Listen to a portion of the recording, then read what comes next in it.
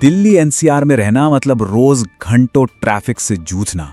ये सिर्फ वक्त की बर्बादी नहीं है, ये एक बहुत बड़ा आर्थिक और मानसिक बोझ भी है। लेकिन क्या हो अगर इस रोज की परेशानी का एक जबरदस्त हल निकलने वाला हो।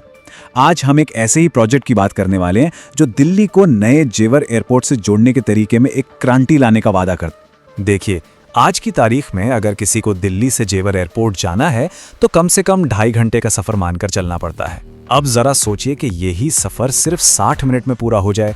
जी हाँ, 1 घंटे से भी कम में। ये कोई छोटा मोटा सुधार नहीं, बल्कि एक बहुत बड़ा बदलाव है।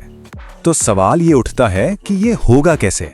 मतलब ट्रैवल टाइम में सीधे सीधे 90 मिनट की कमी, इसके पीछे कौन सी टेक्नोलॉजी काम कर रही है? चलिए इसे थोड़ा करीब से समझते हैं। और इसका जवाब है RRTS। और नहीं, ये अपनी आम मेट्रो नहीं है जिससे हम रोज सफर करते हैं। ये उससे कहीं ज्यादा एडवांस्ड और पावरफुल टेक्नोलॉजी है, जिसे खास तौर पर रीजनल कनेक्टिविटी यानी एक शहर को दूसरे शहर से जोड़ने के लिए डिजाइन किया गया है। तो ये RRTS है क्या? इसका पूरा नाम है रीजनल रैपिड ट्रांजिट सिस्टम, और जैसा इसका नाम है वैसा ही इसका काम भी है। ये एक semi high speed rail system है जिसे बड़े शहरों को आपस में कनेक्ट करने के लिए बनाया गया है, न कि शहर के अंदर की छोटी मोटी दूरियों के लिए। RRTS और मेट्रो में फर्क समझना बहुत जरूरी है। देखिए, RRTS की टॉप स्पीड 160 किलोमीटर प्रति घंटा है, जो मेट्रो की स्पीड से लगभग 2 गुनी है। और जहां मेट्रो के स्टेशंस हर एक 2 किलोमीटर पर मिल जाते हैं, वहीं RRTS के स्टेशंस 5 से 10 किलोमीटर के फासले पर होते हैं। मतलब साफ है, कम स्टॉप्स और ज्यादा रफ्तार। यही बात इसे लंबी दूरी के लिए इतना असरदार बनाती है। लेकिन यहाँ कहानी में एक ट्विस्ट है। जेवर को दिल्ली से जोड़ने का जो प्लान आज हमारे सामने है, वो हमेशा से ऐसा नहीं था।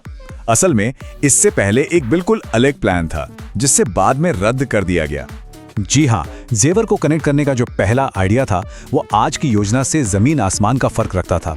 और उसे रद्द करने के पीछे कुछ बहुत ही ठोस वजह थी, जिन पर एक नजर डालना जरूरी है। तो वो गाजियाबाद वाली योजना आखिर रद्द क्यों हुई? देखिए, इसके कई कारण थे। पहला तो ये कि अनुमान था कि गाजियाबाद से एयरपोर्ट जाने वाले लोग दिल्ली के मुकाबले काफी कम होंगे।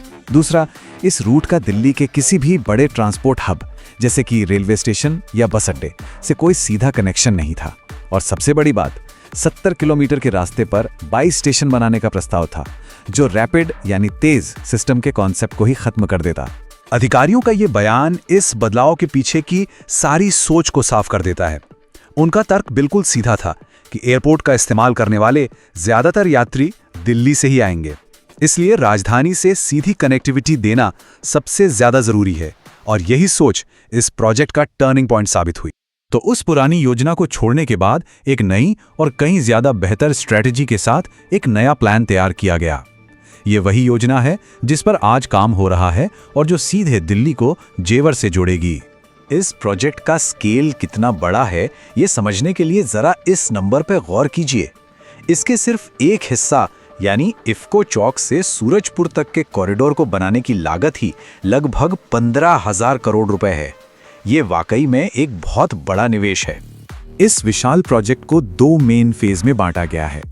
पहले फेज में गुरुग्राम के इफ्को चौक को ग्रेटर नोएडा के सूरजपुर से जोड़ा जाएगा, और दूसरा, जो कि सबसे जरूरी है, वो है दिल्ली के सराय काले खां को सीधे जेवर एयरपोर्ट से कनेक्ट करना। और यहाँ पर सूरजपुर का रोल बहुत बहुत अहम हो जाता है। इसे एक तरह के सुपर जंक्शन की तरह डेवलप किया जा रहा है। मतलब इफ्को चौक से आने वाली लाइन और सराय काले खां से आने वाली लाइन दोनों यहीं आकर मिलेंगी। इससे ये पूरे नेटवर्क का सेंटर पॉइंट बन जाएगा। तो सवाल ये है कि ये सब हकीकत कब बनेगा? उम्मीद है कि पहले फेज यानी इफ्को चौक से सूरजपुर लाइन का कंस्ट्रक्शन 2026 के आखिर तक शुरू हो जाएगा। और अगर सब कुछ प्लान के हिसाब से चला तो 2019 से 2030 के बीच ये लाइन ऑपरेशनल भी हो जाएगी। चलिए अब थोड़ा जूम आउट करते हैं और ये देखते हैं कि ये प्रोजेक्ट सिर्फ एयरपोर्ट तक आने जाने के लिए ही नहीं, बल्कि पूरे एनसीआर के लिए कितना बड़ा गेम चेंजर साबित हो सकता है। यहाँ यह समझना जरूरी है कि यह सिर्फ एक एयरपोर्ट लिंक नहीं है। असल में ये एक तरह का इकोनॉमिक लूप है जो दिल्ली, गुरुग्राम, फरीदाबाद, नोएडा और ग्रेटर नोएडा जैसे बड़े इकोनॉमिक सेंटर्स को एक हाई स्पीड नेटवर्क से जोड़ देगा। इसका मतलब है कि कोई ग्रेटर नोएडा में रहकर आराम से गुरुग्राम में नौकरी कर पाएगा, या फरीदाबाद का कोई बिजनेसमैन बिना घंटों ट्रैफिक में फंसे दिल्ली के बाजारों तक पहुंच सकेगा। इससे न सिर्फ लोगों की जिंदगी आसान होगी बल्कि बिजनेस और इकोनॉमी को भी एक नई रफ्तार मिलेगी। और आर्थिक असर की बात करें तो स्टडीज बताती हैं कि ऐसे हाई स्पीड ट्रांजिट स्टेशनों के पास की प्रॉपर्टीज की कीमतों में आमतौर पर 20 से 30% का उछाल आता है। ये रियल एस्टेट और लोकल इकोनॉमी के लिए एक बहुत बड़ा बूस्ट है। तो इस पूरे विश्लेषण से एक बात तो बिल्कुल साफ है, सरकार इस प्रोजेक्ट को लेकर पूरी तरह से कमिटेड है। दिल्ली और जेवर एयरपोर्ट के बीच एक सीधी हाई स्पीड आरटीएस लाइन बनाना एक टॉप प्रायोरिटी है, चाहे फाइनल रूट सरायकाले खान से हो या न्यू अशोकनगर से। ये तय है कि ये कनेक्शन बनकर ही रहेगा। और आखिर में एक बड़ा सवाल यही बचता है, क्या ये हाई स्पीड लूप सच में एनसीआर में हमारे रहने, काम करने और सफर करने के तरीके को हमेशा के लिए बदल देगा?